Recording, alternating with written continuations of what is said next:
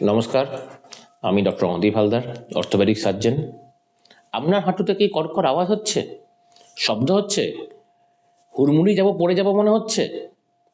বয়স কত, ওজন কত, কতটা চাপের কাজ করেন, হাঁটুর ওপর কত বছর ধরে প্রেশার দিচ্ছেন, এই জিনিসগুলো কিন্তু প্রথমেই মাথায় আসবে। ভয় পাবেন না। কড়কড় করে আওয়াজ করা জিনিসটা কি হচ্ছে, যেটা আপনারা বলেন আমার হাঁটু হাড় ক্ষয়ে যাচ্ছে, এই বাত ধরে নিল রে, কি হবে এবার? বয়সজনিত কারণে হাঁটুর হাড় ক্ষইবে, জেলি পাতলা হবে, এটা সর্বজন বিদিত। সবার হবে, আপনারও হবে, সবার হবে। তার জন্য অযথা ভয় পাওয়ার দরকার নেই।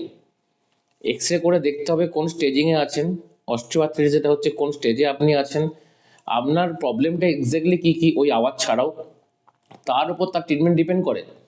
এটা অযথা চিন্তা করার কিচ্ছু নেই। প্রপার এক্সারসাইজ, কিছু মেডিকেশন, কিছু প্রোটেক্টিভ মেজার, কিছু জিনিস নিয়ম মেনে চলা, এগুলো করলে কিন্তু অনেক ভালো থাকবেন।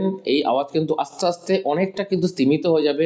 আমি বলছি না যে পুরোপুরি কমে যেতে পারে, কারণ স্টেজিংয়ের উপর ডিপেন্ড করে। সাপোজ আপনার স্টেজ 3, স্টেজ 4 হয়ে গেছে, যেটা হয়তো হাঁটু চেঞ্জ করার মতো অবস্থা হয়ে গেছে, তো সেখানে আপনি ডেফিনেটলি সব মেজার মেনটেন করলেও কিন্তু আগের মতো হাঁটু আসবে না বা রেজাল্ট পাবেন না। হ্যাঁ, হয়তো আওয়াজটা আপনার একটু কমতে পারে। তো আপনার সিমটম কি, আপনার অ্যাকচুয়াল প্রবলেম কি, তার উপর ডিপেন্ড করছে কিন্তু আমাদের ট্রিটমেন্টটা। কিন্তু আখেরে যাই হোক না কেন, আপনার সে তারপর অপারেশন করা হলো কি নর্মাল আমাদের কনজারভেটিভ ট্রিটমেন্ট করা হলো, কিন্তু হাঁটুর জন্য ব্যায়াম ব্যায়াম ব্যায়াম।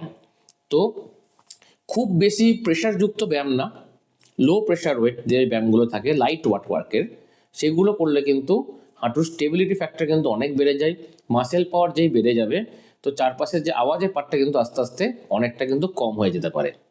ভালো থাকুন, সুস্থ থাকুন।